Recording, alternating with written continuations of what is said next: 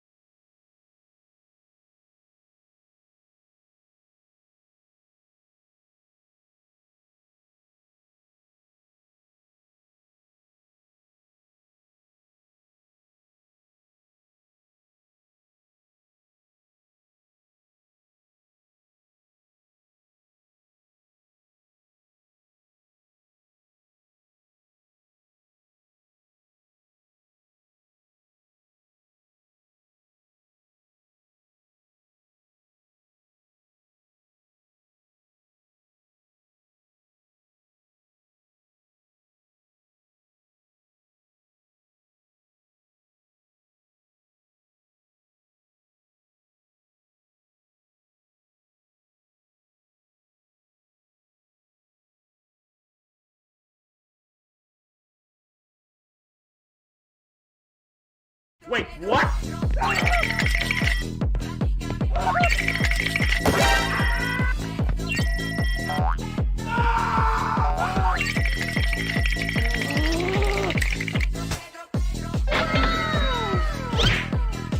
Help me.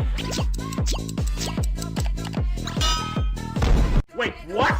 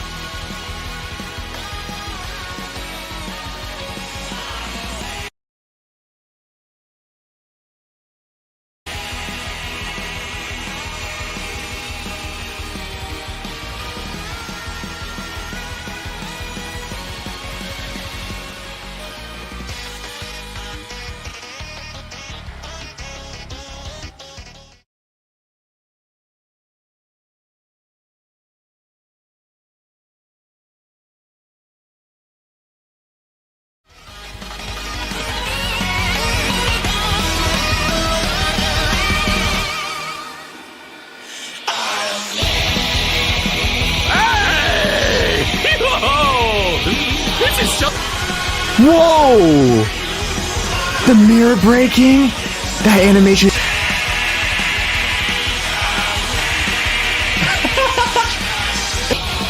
Oh my gosh, I love the animation!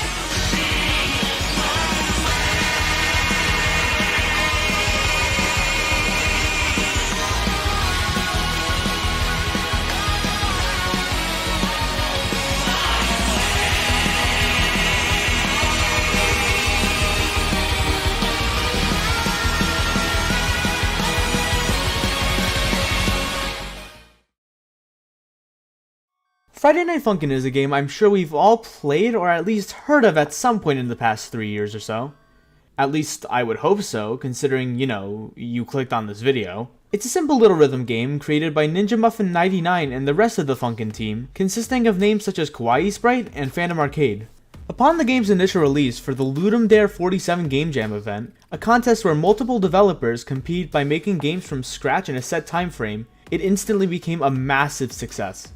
Before you knew it, the game was on every corner of the internet, whether that be for its classic references to old Newgrounds material, or its massive community spawning hundreds and thousands of brand new free to install mods. No matter what you think or thought of the game, one could and still cannot deny its influence on the internet as a whole. As time went on, the game would come to see many different mods, these being of course modifications of the original game to add whatever the modder saw fit. However, unlike most games modding communities, Friday Night Funkin' saw an entirely different approach.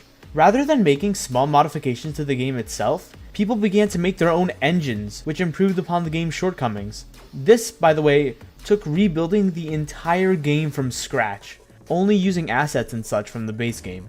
With these new engines, which ran smoother and allowed for better inputs than the original game, people started adding in their own characters, songs, and stories.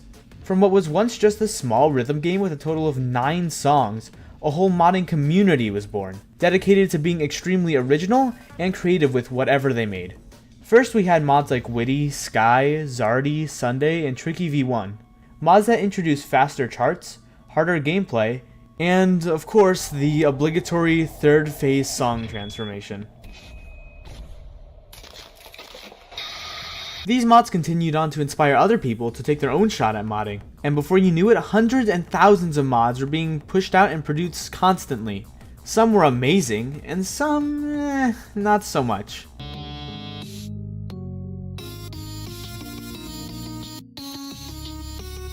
The point is that mods were picking up speed fast and showing no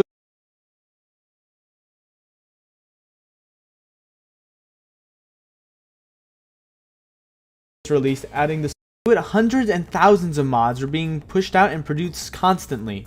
Some were amazing, and some, not so much.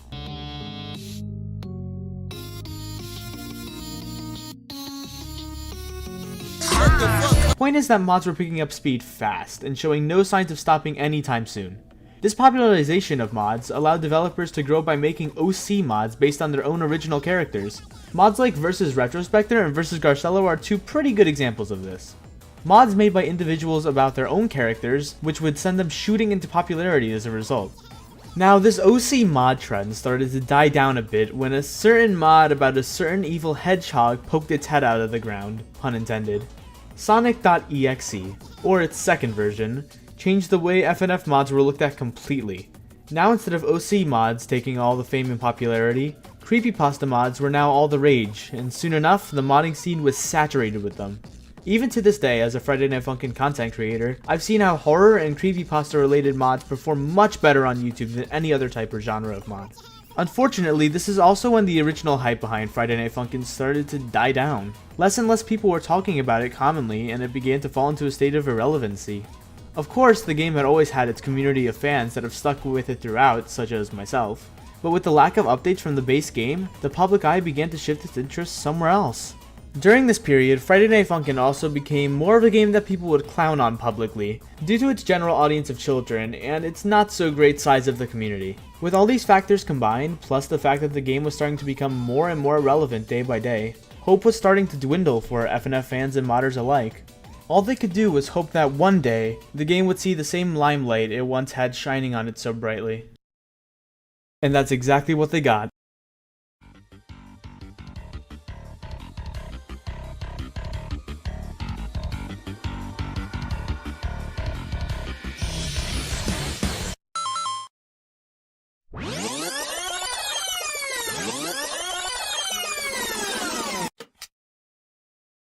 Over a year before the release of Silly Billy, one of the developers of the Sonic.exe mod I talked about earlier, Divide, created a concept for a character named Yourself. Though this rendition of Yourself looked a bit different from how we know him to be today.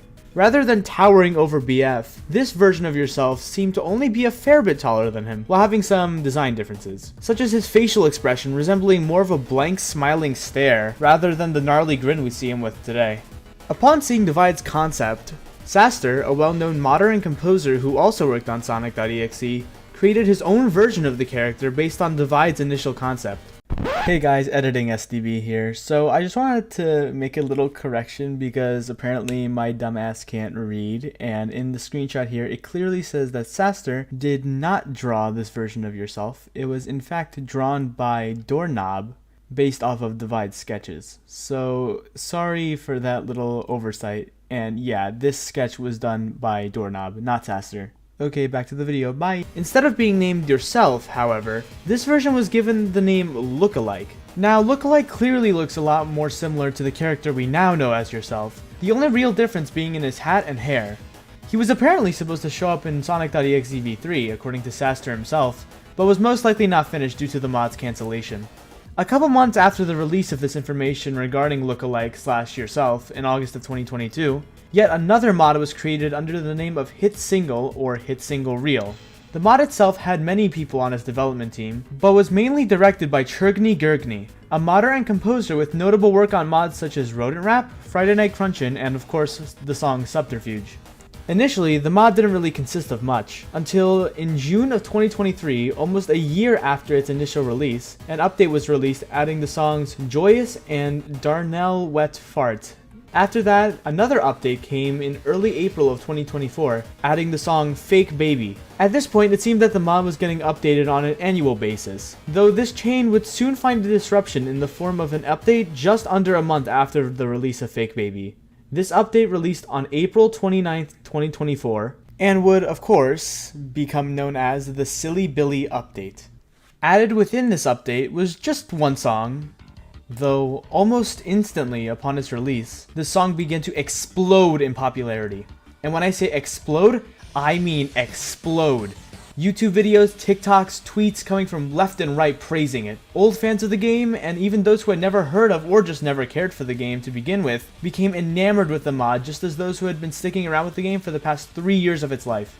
Views poured into reaction videos, gameplay videos, analysis videos, guitar covers, lyrical covers, fan art, compilations, and so much more. Suddenly, things were really starting to look up for Friday Night Funkin' fans, along with the game itself. But why? Why did Silly Billy, of all mods, blow up so much? What did this mod have that others didn't? And how did it prevent Friday Night Funkin' from sinking further into pure irrelevancy? Well, before I can answer those questions for you, if you would kindly take a moment to consider liking the video and subscribing to the channel, I would really appreciate it. I've been doing Friday Night Funkin' content for a while now, though this is my first time doing any type of content in this type of format, and it really does take quite a lot of effort. I also do a lot of gameplay and plan to do a lot more horror content in the future if you're interested in that kind of stuff. So if you are enjoying the video and want to see more like this from me in the future, again, please consider liking and subscribing. Thanks, and enjoy the rest of the video. Now back to the question, or questions at hand. Why did Silly Billy blow up so much, and how exactly did it save Friday Night Funkin'? Well, there's a couple reasons for this. First of which would be the fact that the mod isn't based off of any currently existing popular IP or characters. Well, not ones outside of FNF at least.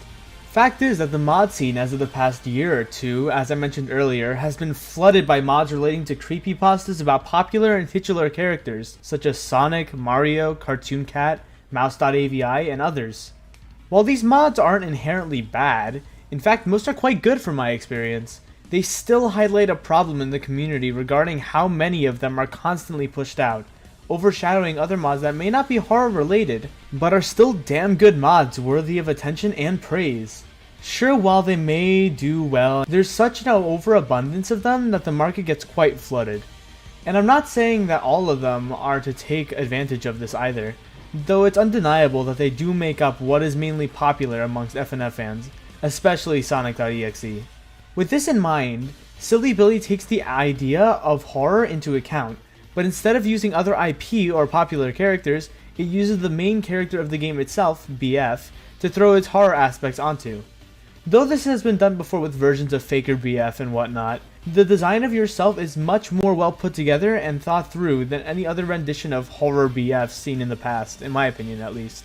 The face and design of yourself not only play into the familiarity aspect of it being BF, which already catches the eyes of some, but also the overall design of yourself and differences between him and BF are just enough to be familiar, but also intriguing. The creepy smile, ragged clothes, and of course height difference between the two. This alone is enough to most likely catch the viewer's attention, using what is familiar to them, but also leaving them wanting to know more about this strange BF lookalike, using both its subtle and more recognizable differences at a first glance. The second reason is a quick one, but also important. That of course being the fact that it's a horror mod in general. As I stated earlier plenty of times, through my time in being a Friday Night Funkin' content creator, I've noticed patterns where two mods of the same IP could both be released, one with horror elements and one without. However, the one with horror elements will almost always outdo the one that sticks to more of a non-horror related genre, both in views and downloads. This definitely helps Silly Billy as the horror aspect infused into yourself as a character, both through design and animation, helped the mod get that horror mod advantage that so many previous mods had. Another great reason the mod is so popular is due to the character backstory given. Most FNF mods either don't have a story at all, or have one that is simply shown through the gameplay itself. However, Silly Billy doesn't exactly follow that typical FNF mod trope. Instead, the story behind Silly Billy is not shown through the gameplay or visuals explicitly, though glimpses and hints as to what and who yourself is can be caught if one is paying close enough attention. Of course, there are theories and speculations as to the finer details of yourself as a character, but the main story behind yourself goes as follows. His version of GF, or herself, died in some tragic accident which led BF, or yourself, to go insane due to not being able to cope with losing her. As a result, he has left his body and clothes to wear out and decay, hence his appearance. His height, on the other hand, is not an abnormality at all. In fact, this is BF's actual canonical height, so while it may be a point of interest that people are drawn to, this is simply just how tall BF actually is. Also, regarding GF or herself from Yourself's universe, She is actually visible as a bright red glow or shadow behind yourself during the lyric cutscene, a point that a lot of people were sure to call me out on missing in my gameplay reaction to the mod, which you can check out in the top right corner of the screen right now. Speaking of the cutscene, this brings me to my final point as to why Silly Billy became as popular as we find it to be today. The sheer amount of effort that went into this mod is insane, obviously. The intro cutscene where yourself hits BF in the face with a microphone and walks out from the mirror, the overall visuals throughout the song, sprites, backgrounds, UI, all of it. The absolute banger instrumental and vocals combine to make this a masterpiece of a song. It's all so special. However, one cannot deny what truly made Silly Billy into the FNF mod icon that it is today.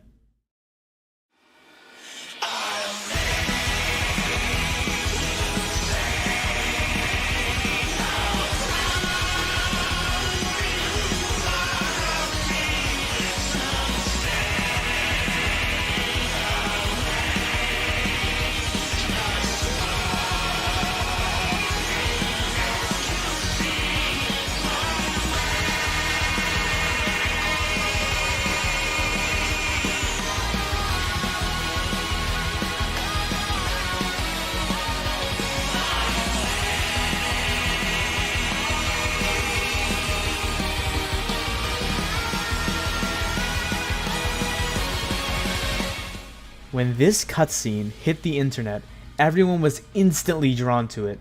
FNF fans, non-FNF fans, FNF haters, people who had no idea what the game was in the first place, all around the internet people came to see the amazing animation and lyrical performance put on display. People from all around praised how amazing and beautiful the performance itself was. People went out of their way to post it everywhere they could, made reaction and gameplay videos further praising it, made edits of it on TikTok and YouTube Shorts, referenced and compared it to other properties. Some even spammed every comment section on every single video or post they could find about how the lyrics yourself sings are referencing how Divide passed away in his sleep, even though this is entirely untrue, and this information has never been confirmed by anyone who knew Divide, nor has any information regarding Divide's reason for passing been shared publicly, nor does it need to be shared. Stop spreading misinformation about people you have no connection to or knowledge about for the sake of some internet points. It's not that hard to be respectful and fact check what you say. Thank you. Anyway, yeah, this lyric cutscene had just about everything anyone could have asked for. Incredibly smooth and fluid animation, powerful lyrics referencing yourself's struggle with herself's passing performed by none other than Turgany, a powerful instrumental that still gives me goosebumps upon hearing it to this day. There was so much pure talent in all of its aspects, and people definitely took notice. This, along with other reasons I've mentioned, pushed yourself in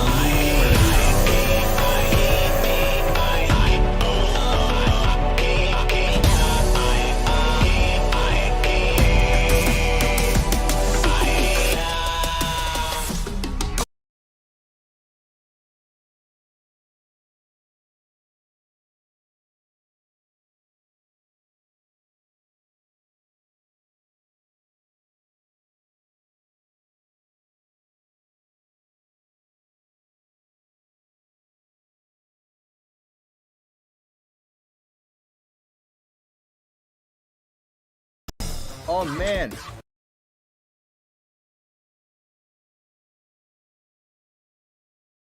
My world gone and replaced my life. A parody defaced, I'm a joke. A gag and nothing more, I'm a joke. Until you start to bore, booyah.